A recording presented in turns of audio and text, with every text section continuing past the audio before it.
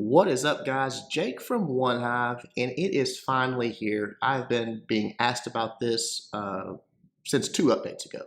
Please do an updated base building series, and I know it's been something that needed to be done. The ones that we did last time are long outdated. The game has changed substantially since then. So, wish granted. We're going to start the new series off. Town Hall 8's coming first, and to help us out from Genesis, you guys have seen him in a lot of the Elite 8 videos. Smog, what's going on, buddy? Hey, great to be here today. Really pleased to get this going. Let's do it. You bet, man. Thank you for taking the time to do this to help us out. You guys at Genesis have a lot of high-level Town Hall 8s, and obviously base building is a big part of that. You want to have those bases as difficult as you can for the enemy. So speaking from a lot of experience and knowledge, we're really glad to have you. Thanks, man. Really pleased to be here, like I said. All right, well, get us started, man. What if you had to say, when you open up your screen, your edit screen, and you're saying, okay, I'm going to build a new base. Step number one, what do you do with the very first thing that you know the base has to have? So, I guess as soon as you start base building, one thing you want to have is the clan castle in the center of the base. I mean, it's a great place to start. You can see on this base here, you started with the clan castle right in the center. You can see the radius there. It's not outside the base on any side. Someone trying to lure that clan castle has to come inside the walls. So that's a very important part of it. And you've also got the barbarian king in front of there, in the middle. Sorry, and that's also very important because you don't want people having an easy king swap. You don't want him getting lured out to the side easily. Yeah, That's exactly. On a lot of the Elite another 8 important point. videos, I've shown that you guys just king swap. Someone will have their king sit down on the side, and I say, hey, look at that. That's a great king swap. You don't want to let them do that. And like you said, you want No, at Town Hall 8, troop space is at such a premium because you don't have the upgraded army camps. You want them to have to use something, even if it's a small amount of troops. You don't want to let them just drop a barb or a giant and empty the CC out. Make them invest something in that lure.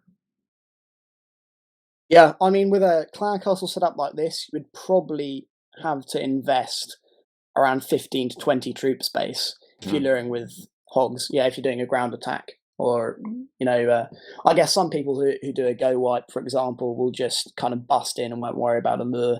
Right. But if you're using hogs, and hogs are obviously used a lot at Town Hall 8, they're so overpowered, great Hmm. troop to use. Need to empty that clan castle, so you want to make them come as far inside the walls as possible. Well, that's another good Don't point let you them just get brought that easy up. giant.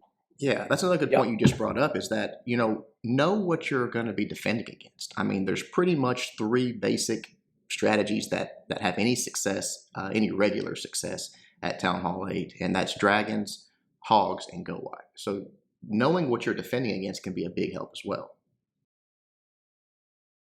Yeah, no, absolutely. You really need to take those three armies into account. I mean, you're not going to be attacked with anything else that's going to three-star you otherwise. So, yeah, Well, and go wide, just like at every town hall that you're trying to defend against that, basically the defense for that is have a very compartmentalized base. And that's pretty much across the board. You don't want to have huge compartments to where those pekkas can just roam through and the golems can keep moving forward. So a base like this, pretty simple. There's no, now yes, you do have Earthquake to contend with now, but there's no jump spell at Town Hall 8. So that's having it right. Yeah, compartmentalized is the anti-go wide.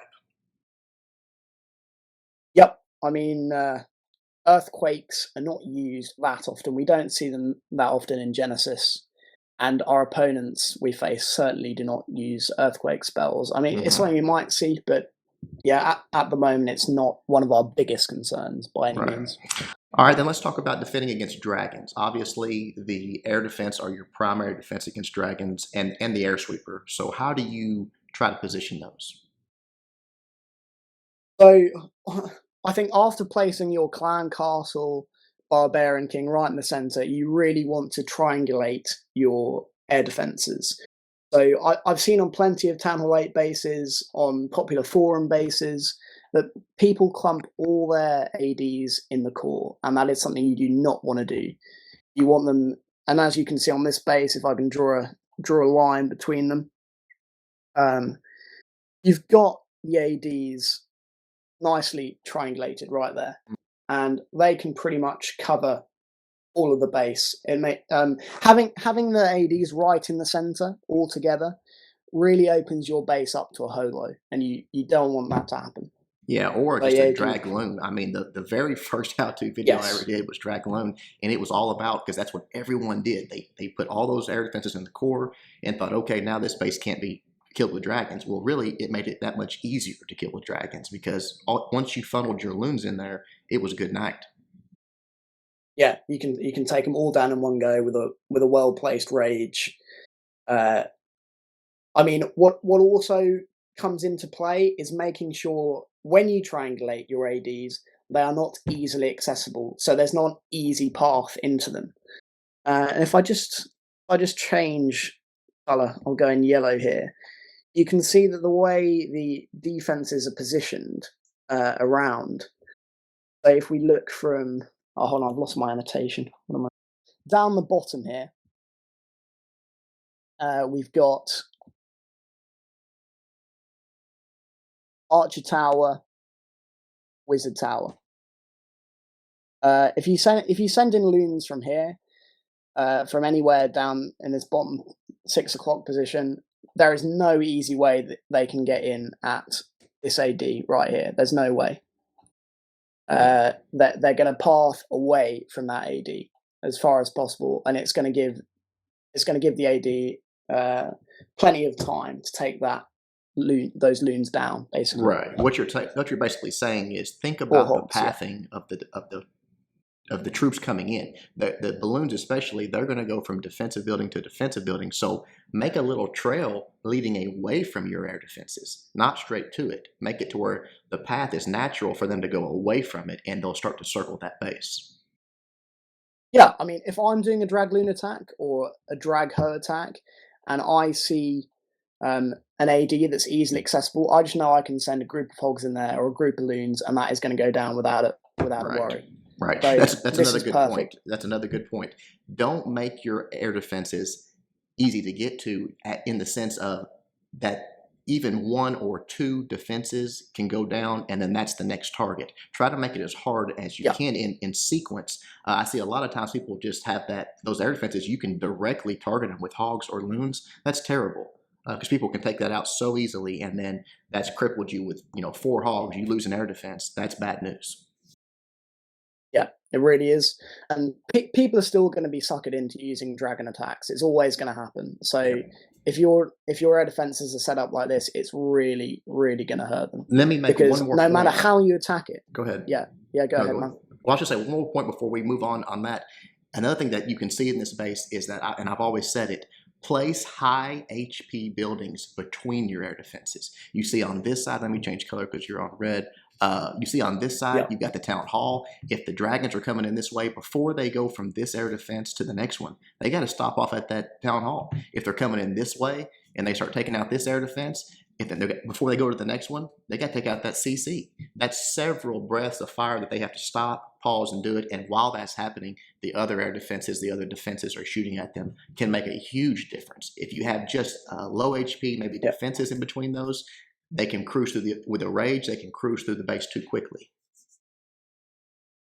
Jake, that's 100% right. I mean, you'll look at this base, and every high hit point structure is within range of those air defenses. Yep. You've got your dark elixir storage. That's probably the most important behind the town hall, and it's a very good point on the town hall. Is that lots of people want to protect their town hall, or that they'll put it in the center of their base. The town hall is really not that important for defending against 3-star attacks, and really that's what you're doing at Town Hall 8. You want a Town Hall 9 to come down and get you because you want to be too hard for the 8 to finish you off. A town hall, So a town hall is just a high HP building. Don't think of it as anything more.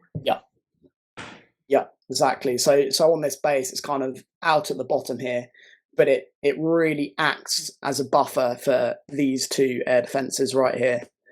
And these storages at the bottom, hopefully you can see my annotations. Mm-hmm. Yeah, you're good.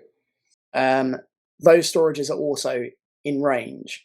I think the only storage that isn't in range, because it's sometimes hard to get everything in range, but the only one that isn't in range is up top here at 12 o'clock. But Everything else is in range of those air defenses, and the dragons are really going to get held up. It's going to be really difficult for them to make any headway. Right.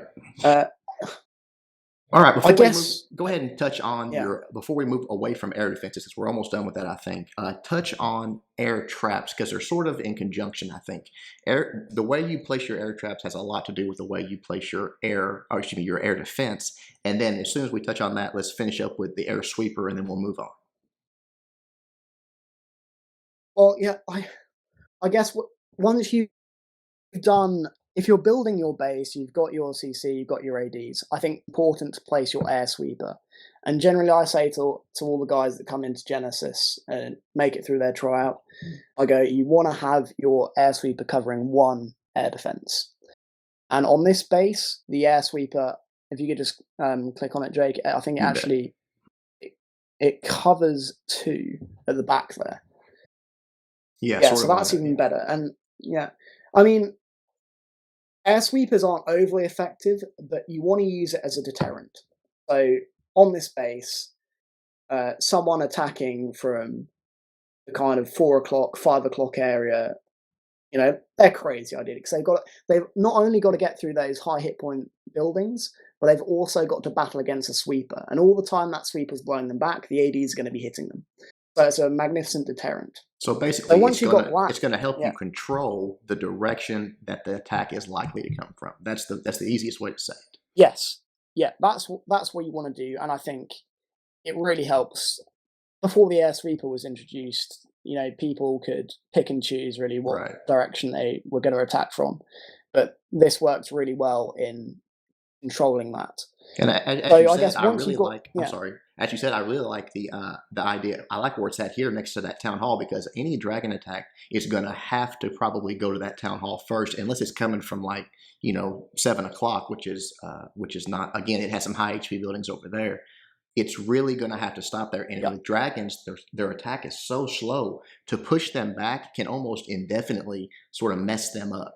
They have to stop, get that breath of fire, and by that time the air sweeper pushes them back. Now they've got to reset, come back up, so it can really be effective against dragons.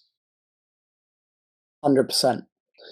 And of course, on the other side of things, because that is a deterrent and people won't really take the air sweeper head on the other side of the base, and it's not too apparent on this base, but you want generally all your air traps over the other side. You want your red air traps clumped up in twos, ideally, and you want to look for where people are going to deploy their loons. So you want to target the loons with those red air traps. And as you said before we started recording, 90% of the time, if someone's going to try to drag in the space, they will probably lightning this air defense down, because it's right next to their sweeper. They want to get that out of the way. So having these traps next to the other ones is huge, because that's where their loons or dragons are going to be coming, what the direction they're probably going to be coming from. Yeah. When people see spread out air defenses, triangulated air defenses, they're more inclined to lightning, and they're always going to lightning that air defense that is defended by the air sweeper, because it makes the most sense. Right. If you lightning the other one, if you lightning the top one, for example, right there, you've got to come either across the whole base from this direction, or come facing the air sweeper, which is really not what you want to be doing. No, I agree. Well, I think on the opposite, I think we've pretty much adequately. I'm sorry. Yeah, we have a little bit of a lag, guys. He's on the other side of the world from me, so apologize if we're talking over each other some. But I think we've pretty much adequately covered the air defense, how you want to place them. Bottom line is have them triangulated, have them spread out, and have those high HP buildings in between them, and have an air sweeper covering one of them really well. Yep, that's 100% right. I mean, if you get that right, you're really going to defend well against dragons, and they shouldn't give you too much of a problem. And not that this base can't be drag-looned. I want you guys to understand that. At Town Hall 8, my opinion is any base can be drag-looned by the right person, and any base can be hogged by the right person. So if it does happen, it doesn't mean your base is crap. It just means someone brought a really nice attack. Yeah, that's right. I mean, no Town Hall 8 base is perfect. Yeah. I mean, this base in question that we're looking at right now is actually one of our members, 007. It's his old Town Hall 8 base. Mhm. And he had massive success with this base. But it's still got 3-starred in our Right. one hive scrimmage. You know, it's always going to happen. There is no perfect Town Hall 8 base that is simply not 3-starable. If you get the Exactly. right attacker, it can go down easily. Yep. All right. Well, let's move on to our next attack that you know you're going to be faced with, and that's hogs. And in my opinion, the absolute 100% most important thing defending against hogs is a really good giant bomb placement, and good giant bomb pathing is what I really want to focus on, so people understand how Yes. to place Yeah. those defenses and those bombs to where hogs are not. They're still not going to be impossible, guys. You can still get hogged, but it will make it infinitely more difficult. Yeah. This base is I really love this base for the double giant bomb and the pathing, because no matter where you send hogs from on this base, no matter how you do it, they are going to path straight through there. I mean, only only with a very special kind of surgical deployment are you going to negate that. I mean, the best way to probably do it would be to get in there, break in there with a kill squad and a golem, but even that's difficult because of how the defenses are laid out. Right. So So as I said in my how-to hog video, yeah, the goal of setting up your bombs and the defenses around that is, like you just said, to make the hogs cross them from the long side. We talked about short side, yeah, long side. If you can come in from this direction, all you have to do is pre-heal, and you're going to trigger them one at a time. But if you can make them cross it yeah. long ways, then no heal, nothing's going to save those hogs. So it's all about setting up your defenses in a way that that's the way the hogs are going to path there. So talk about that, Smog, how this base forces that to happen. So on this base, if you wanted to try and path into this area from that angle, it's just not going to happen. If you dropped a load of hogs on the archer tower here, they are going to go straight over here to the Tesla, then onto the cannon, and then round. They're going to split, go mortar, and then wizard tower. And there's no other way that's going to happen. From the wizard tower, they're going to go straight across and trigger both those bombs at the same time, and that group of hogs are a goner. Yep. And you know, you need to invest a lot of troop space to get in there and do that. Yeah, So definitely. that's why it's so successful. And even from, if we look at it from a different angle, if we say go on the mortar here, they are going to go over to cannon and then over to the Tesla and then across it the other way. Yep. From And the just you bottom, they're can, going to come up from the archer yeah, tower. Yeah, from yeah. Go every ahead. angle, they Yeah, are that's going to what I was path going to say. across Just the base. every angle. It almost doesn't matter if you look at this base, wherever you send troops in from. I mean, even if they go here and all this is still up, they're probably going to go here, here. Some are going to go this direction, and the same effect happening here. But let's say you started over Yeah, here and you send them in this way. They're going to go that way. It's all going to work out the same way. No matter which angle you send them from, you're forcing those hogs to go into the bombs long ways, and that is what we call good hog path. You know, when we say look at a base a lot yeah, of times and we'll say, hey, the hog yeah, pathing doesn't work. When we say that, that's what we mean. We mean that if you had a Tesla sitting right here, let's say, okay, that the hog yeah, pathing doesn't work any longer, because no matter where you send hogs from, some of them are going to come in this direction, and the next step is right here. They're going to trigger them one at a time. That yeah, doesn't work.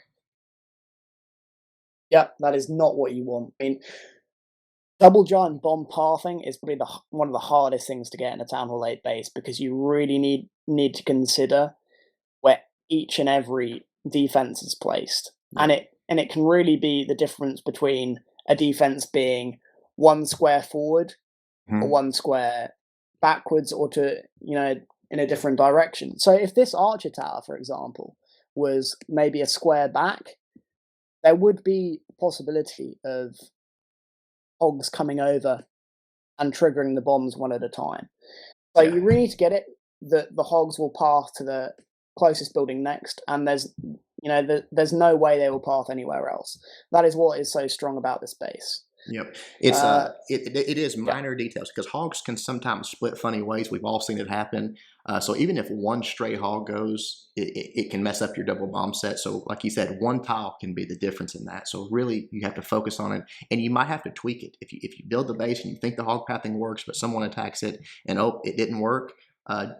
The base might not be bad. You might have to move something one tile. One tile might make the difference to say, okay, now the hog pathing works.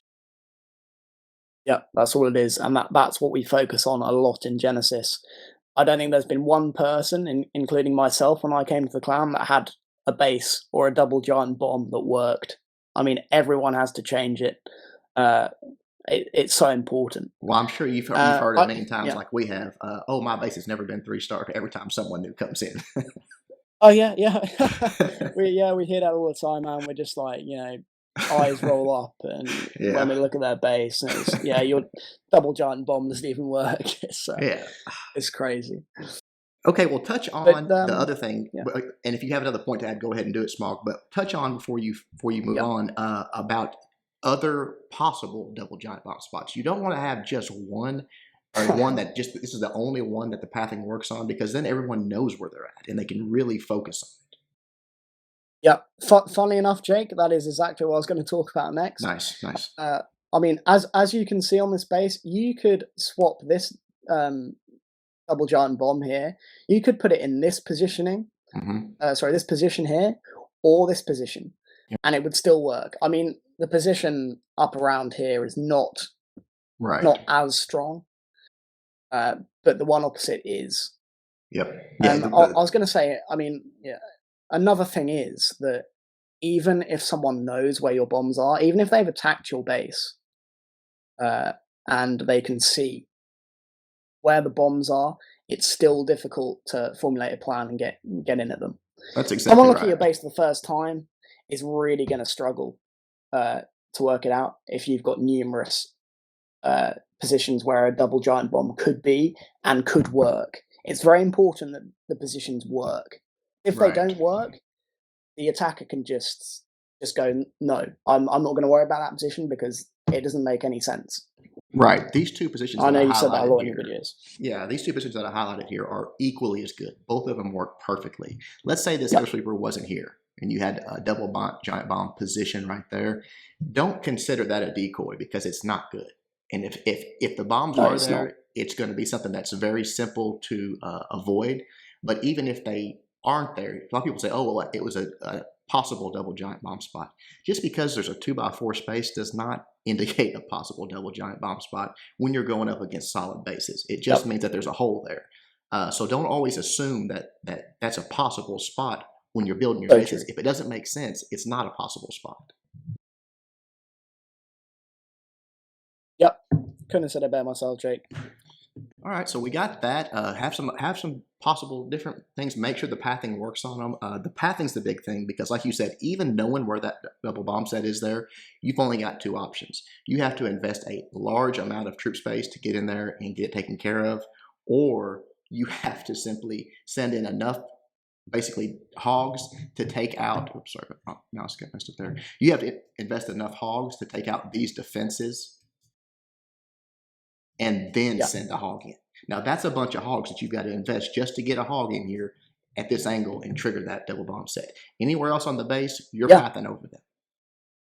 I mean, I guess another important thing to say is, even if you take out this archer tower and this mortar, you still can't really get a hog going in there perfectly because they're going to go to the Tesla or they're going to go to the cannon. Yep, exactly. You got four defenses because of how they're just positioned ahead. Yeah. Yep, I agree. Yeah, and that's huge. And yeah.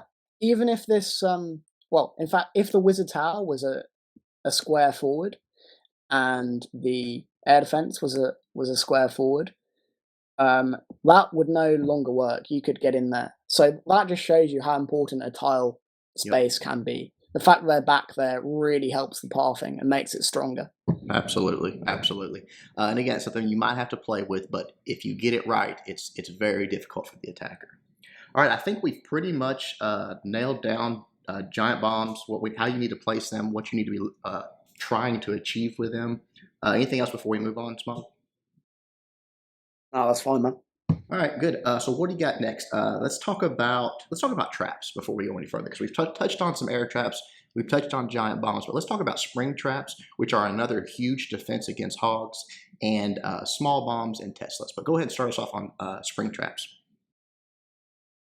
So spring traps you always want to position between defenses.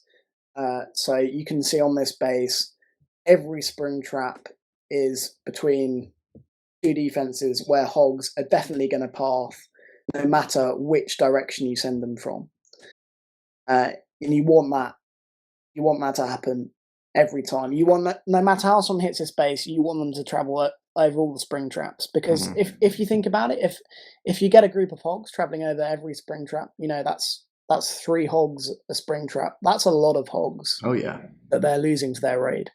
Yeah, it can make a huge. It can make all the difference. Well, I've had so many comments on the chat, people saying, "Hey, spring traps ruin my raid," and it can happen, especially if you don't bring. Like if you brought 30 hogs, spring traps probably aren't going to be the reason you lost or won a raid. But if you bring 15, 20 hogs and you lose 12 of them to spring traps, that's huge. That's everything. Yep. So it can definitely make a big difference. Yeah. Especially with how go-hos are becoming more popular these days, and people are taking less and less hogs. A good spring trap locations make a base so much stronger. Yep. All right, let's touch on. Go ahead. Finish your thought. I was just going to say where you don't really want to place your spring traps, and that would be where hogs aren't going to path necessarily. So somewhere like down at the bottom here, even between here, because someone could easily do a 2-finger drop from here, and the whole one group could go that way, and one group could go that way, and they'll completely miss that spring trap in the middle. So you want to really think about the pathing again. The pathing is so important, and once you work that out, place your spring traps down between defenses. Always have them between defenses. Yeah, that's a good point. One other thing real quick before we move on that you made me think of is that I hate when people, like a lot of times you'll see a spring trap right here. And it's like you've got that double bomb set and they've got a spring trap right next to it. It's almost wasted, especially with the pathing on this one. So think about what Smog's saying. Make sure the hogs are going to go there. And secondly, don't load them up right next to a double bomb if you think that you've got a really good chance of taking those hogs out with that, because it's redundant. You don't need it. So think about that when you're placing them as well. Yeah, that's so right. I guess, should we move on to Scaly Traps? Before we do that, let's talk about small bombs. It's sort of on the bomb subject, and we've got this sort of ghetto double bomb set here with small bombs, because that's one way you can use them. Yeah. I mean, lots of people think small bombs are useless, and they do tend to do things like this and try and make a mini double giant bomb. But I think there's an even better way to use them that's not shown on this base. But people doing go wipes, for example, will use wall breakers to get in at your base. And if they want to get in, if they're doing something with golems, they want to get in there and trigger that double bomb. They're going to break the wall on these corners here with wall breakers. So one of the best things you could do with your little bombs is place them just before these corners where the wall breakers are going to path. Yeah. And they will get the wall breakers before they break the wall. Excellent. I think that's a perfect use for them. Let me throw one thing at you here before we move on. When you're doing that, when you're placing these small bombs, because they will a maxed out small bomb will kill wall breakers. Don't place it right against the wall. Place it one tile where I've got that one away from the wall. Here's the reason. As the wall breakers move in, they're going to activate the bomb quicker, and it does take a moment for the bomb to trigger. So as they're still running to the wall, the bomb sort of, the fuse is running or whatever you want to call it, it will still hit that wall breaker from there, but it activated it that much quicker, so it'll actually kill the wall breaker before he detonates. If you have it against the wall, lots of time at least the first wall breaker will still get his bomb off before the small bomb triggers and kills him. Yeah, man, that's 100% right. That's exactly how you want them to be. You want to kill those wall breakers before they get anywhere. You don't want them to blow the wall because it holds everything up. Golems take ages to bash through a wall, especially if you've got skulls, especially if you maxed your walls out. Yeah, but just place it one tile out, and you will have much more success against taking out those wall breakers because they trigger it and it kills them before they get their bomb detonated. But go ahead and move on to, let's talk about Scaly Traps. Do you prefer ground? Do you prefer air? What do you like at Town Hall 8? So if you have your Scaly Traps set to air, I really don't think it's the most ideal way to use them. And that's because the only air attack you're going to face at Town Hall 8 is dragons. And dragons really, well, air Scaly Traps really don't bother dragons. Dragons will just one-shot them, one burst of flame, and they're gone. They're not that much of a distraction. So I would really advocate having your Scaly Traps on ground. And on this base, I think they are. Yeah, both of them are on ground.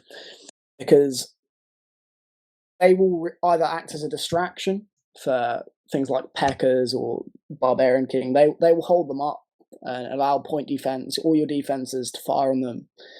Or if it's a hog attack, they will follow the hogs around and just whittle them down, whittle their health down. They're a real nuisance. Right. I mean, they can be now combated with a poison, but a lot of attackers don't even think about that. Right. So, yeah. It's always good to have the Scaly Traps near to the middle of your base because you don't want someone triggering them on a lure, for example. You want them to. Point. Yeah, you don't want them to be able to just while they're sending their few hogs in or whatever to get that lure, bring the Scaly Traps with them because that's too easy. I will say this: I think you're right. I probably would set them to ground as well, but I do see an argument for air. I know that the dragon does take them out very quickly, but we've talked about before. Let's say there's a group of 2 or 3 dragons that are about to get to an air defense, and you have those skeletons pop.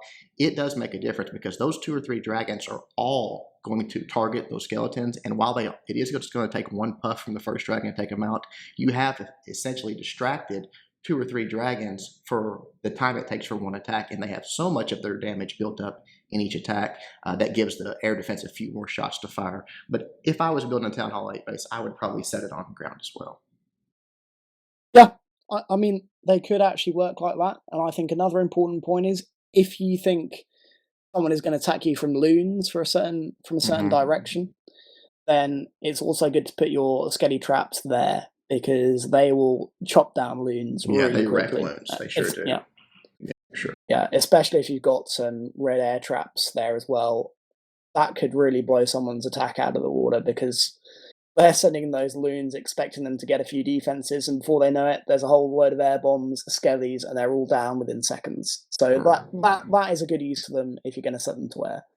Right, agreed. All right, let's move on to the last trap, and that is Teslas. And tell me how you feel about Teslas. I've got my opinion, but let's hear yours first, and then I'll throw in what I think. Okay, well, Teslas are really, really important at Town Hall 8 because once you upgrade them, they deal a lot of damage. They're very high DPS. You want to use them where they can act as a decoy. So you could, for example, have a Tesla where this AD is, and someone will go there, think that, oh yeah, the pathing doesn't work there, I can just path this way and they will never go around there. But sure enough, once they get close, a Tesla pops up right there, and suddenly this double giant bomb spot becomes active, and half of their raid is going up in flames because all their hogs have just travelled across there when they think there's an easy path around. So yeah, that's how I would use them.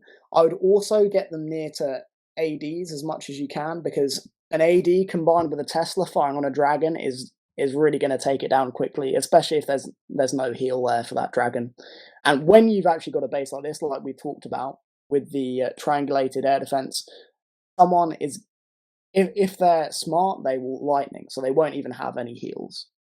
Right. Yeah, I agree with you. I think that there's really just 2 ways to use them. One is as a as you said, to sort of screw up pathing. If you look at this base, you might, before you attack it, think, okay, if I take these 2 defenses out, I can send a hog in here and get this triggered. If I have, thread the needle, this could be a problem, but probably if I did it at the right angle, I'd get in there. But all of a sudden, this pops and everything is screwed up now. There's no way to send it in there. So now I'm, into an attack, and my plan is like, oh no, that's not going to work any longer.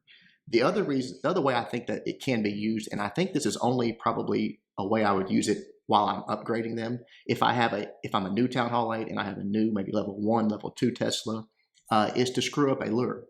Maybe have it set up Yep. where someone thinks, oh, there's an easy lure right here, and oh, there's a Tesla there, because it doesn't do enough damage to really be effective as a true quote defense at those low levels. To really mess up someone's game plan at the start of a raid, they can go on tilt and it can again mess up their entire attack. And now the second attack, it's not going to be as effective, but still at Town Hall 8, you're probably going to get 3-starred. So soaking up 1, even 2 attacks is a pretty big deal. Yeah, definitely. That's a great way to use them as well. They're actually very, very valuable traps. Probably the most one of them. Well, behind the double giant bomb, I would say, Town Hall 8. Yeah. All right. Well, I've got one more thing on my list here, and then obviously, if you've got others, we'll talk about that. But the last one is anchor points. So many times we see people with, the nice little builder's hut sitting up here up top because they don't know where to put it or something like that, and it just allows you to lure, bring your troops out there, and have that nice, easy anchor to kill them in a safe place. Obviously, don't do that. Yeah, I mean, this happens quite a lot. Sometimes I've seen guys in Genesis, they do run out of time with build the huts in the corners, but as long as you account for them and you say, yeah, I need to put 1 troop or Right. 1 barb or 1 archer or whatever it is in each corner, they really don't do anything. No. If you don't have anchor points, like on this base, if you put an archer or anywhere around this base, they would get picked off by a defense. There is no way. Yeah, if you just look at some of these radius of the defenses, there's no way that you can anchor on that. Yep. So There's just not a free spot, really. Yeah. That's the whole thing. It Just basically make it. means Yeah. Yeah, it means you have to invest more troop space. Whoever's right. attacking has to invest more troop space for that lure. And I've seen people attack 1 hive bases, and they have such a hard time luring that they just waste half their army. And before they've even lured the clan castle, their raid is over. Right. If you get a really hard lure and with no anchor points, it can really help. That's right, because I we mean, talked about the start of it. It's all about that troop space being at a premium. You're so limited on troop space at Town Hall 8 that if you can just make them, and even 5 troop space can make the difference. If you can make them invest that extra 5, that extra 10 troop space, because there's no safe place to take the CC, like you said, sometimes before it ever really gets started, it's over. Yep. And it's now more important than ever not to have anchor points at Town Hall 8, because the CCs are going to have tanky troops in them, so they're gonna be easier to lure. Mhm. So you definitely don't want to have anchor points, because it makes it way easy. It's actually really easy to take out a dragon if you know how and you've got anchor points. Good point. Yeah, we've seen it so many times. A few archers go down for distraction, a few wizards, and that thing's done. It's that simple. Yep. But if you're not able to do that in a safe place, and you've got a mortar raining in on you or an archer tower picking off your archers, all of a sudden it just got infinitely more difficult.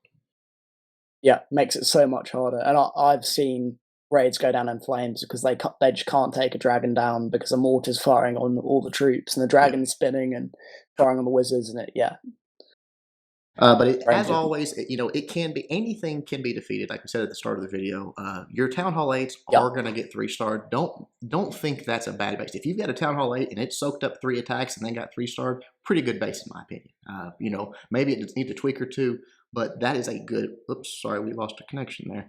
That is a good base to at least tweak and play with. Yeah, no, definitely. Anything else before we wrap up, Smog, that we haven't covered that you can think of? Well, yeah, I mean, more of what you've just said. Ideally, in a Town Hall 8 base, you want to force the opposition clan to send their Town Hall 9s down to take you out, to 3-star you. Right. Because if you have a load of Town Hall 8 bases that the other clan, their Town Hall 8s, find really hard to 3-star, then they are not going to win the war, because all their Town Hall 9s have to drop to finish them off. That is what you want. Like, if you're expecting to not be 3-starred, then, I mean, you're thinking along the wrong lines. You are going to be 3-starred, but you want to get the highest guy possible to come down to do it. Yep, agreed. And also, guys, I should have said this at the very start of the video. we are not telling you that this is the perfect base or use this base. We are simply giving you the details, the things that your base needs so that you can go and build your own, one that nobody's ever seen before. Because I promise you, the most difficult base to 3-star is one that you've never seen it attacked, you don't know all the details to it, you don't know all the trap placements. So please, we encourage you guys, build your own. I promise you, you'll surprise yourselves how well some of your basics will do. Absolutely, Jake. I mean, I couldn't say that more strongly. This base is great, but you don't want to copy this because it's now out there. People know where everything is, and we at One Hive know how to take this base down. So well, you guys are good. Trust me when I tell you, you will run up against this base in the future. It happens. We still see the bases sometimes from the first series, so it does happen. Yeah. I mean, it's a good base for the time being, but as we know with your previous base building video, as times change, bases become less useful. Exactly. And I mean, yeah, that the base on that first video, the pathing hasn't been considered as it has in this base, and it's now easy to take down. And the same thing could easily happen to this base as the game progresses. It will. In 6 months, we'll be looking back at this saying, "No, that base is terrible. Don't use that." It'll happen. Yeah, I could easily see that happening, Jake. So yeah, roll with the times, change your bases as times change, and be opening to it. Because I know when I first came to One Hive, I really didn't like building bases. I mean, I had a forum base, but the more you do it and the more you think about things and get invested in it, the more you enjoy it. And, I know guys in One Hive who will go out there and just make bases for fun, just to get something out there and, feel a real sense of achievement from something they've created. Right, and right. Defends well. Well, that's awesome. I love guys that know how to do that because I simply don't have the time to sit down and spend a few hours on a base. I wish I did. But I don't. So I heavily rely on our base building team for stuff like that. But man, we're probably running short on time. Do you have anything else you want to add before we wrap this up? No, I think we've done really well today, Jake. Covered a lot. So I hope this gives everyone a real base to go from. Yeah, I think that we gave them a lot of good tips, a lot of things they can think about, take to their own bases and improve on, and just make it that much more difficult on their opponents. Yes, superb. All right, Smog, you don't know how much I appreciate it, man. Couldn't have done it without you. Big shout out to Smog and all the guys at Genesis for the help and for the knowledge that they're bringing to the table. You guys are helping the community along with me, so I do appreciate it. Yep, Jake, no, I really appreciate it going on. I've had a really super time, and yeah, hopefully coming again sometime soon. All right, thanks a lot. Hope you guys enjoyed it. Be watching for Town Hall 9. I've got another guest that's going to come on and help us out with that. Hopefully get him on pretty soon. You don't have to wait too long. But I hope you learned something. Hope you enjoyed the video. Until next time, Jake and Smog from One Hive, doing our best to help you guys suck less.